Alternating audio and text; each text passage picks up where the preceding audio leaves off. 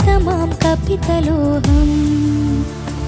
മഞ്ഞുതൽ ഞാൻ വേറൊരു സിംഗറിനെ കൊണ്ട് പാടിച്ചു, അസാധ്യമായിട്ട് പാടിയിട്ടുണ്ട്.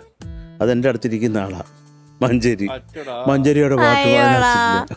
ഉൾത്തടത്തിൻ അടരിലെ ചകിതമാം കപിതലോഹം. നീൾമുടിച്ചാർ തുലയവേ ജലഗണം ചിതറി വീഴേ. നീഹാരബാഷ്പമായി